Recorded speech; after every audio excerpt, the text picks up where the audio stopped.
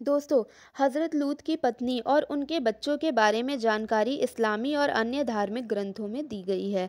यह विवरण उनके परिवार की स्थिति, पत्नी के अविश्वास और बच्चों के साथ उनके रिश्ते को स्पष्ट करता है।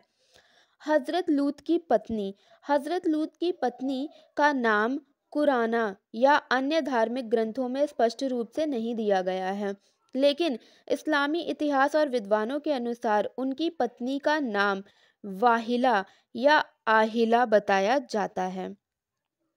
पत्नी की स्थिति और भूमिका। अविश्वासी थी वो। हज़रत लूत की पत्नी उनकी शिक्षाओं और अल्लाह के संदेशों को नहीं मानती थी। वह सदोम और अमोरा के पापी और अनैतिक लोगों के साथ मिलकर उनकी बुराइयों का समर्थन करती थी।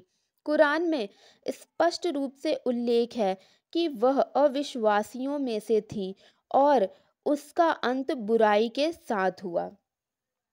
कुरान में उल्लेख कुरान में लिखा गया है कि उनकी पत्नी का उल्लेख सूरह अतहरीम में किया गया है। अल्लाह ने नूह और लूत की पत्नियों को काफिरों का उदाहरण बताया है।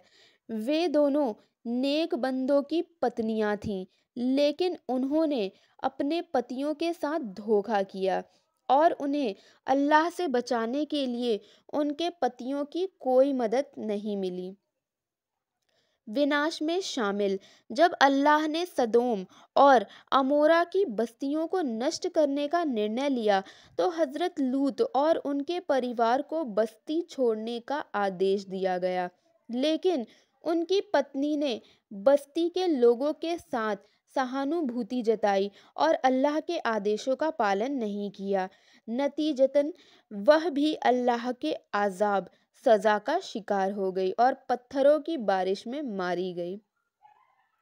हज़रत लूत के बच्चे। इस्लामी इतिहास और धार्मिक ग्रंथों में उनके बच्चों का जिक्र मिलता है, लेकिन उनकी संख्या और विवरण सीमित है। बेटियां। हज़रत लूत की दो बेटियां थीं। उनके नाम स्पष्ट रूप से दर्ज नहीं हैं, लेकिन वे अल्लाह और उनके पिता की शिक्षाओं पर विश्वास करती थीं।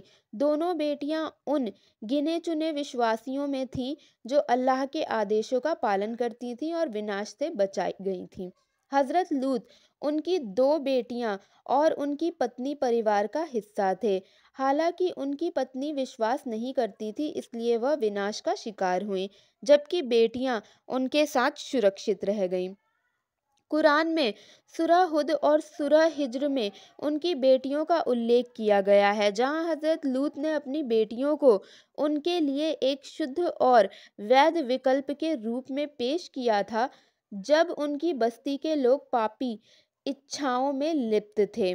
पत्नी का अविश्वास। उनकी पत्नी का विश्वास न करना यह दिखाता है कि अल्लाह के आदेशों का पालन व्यक्तिगत जिम्मेदारी है, न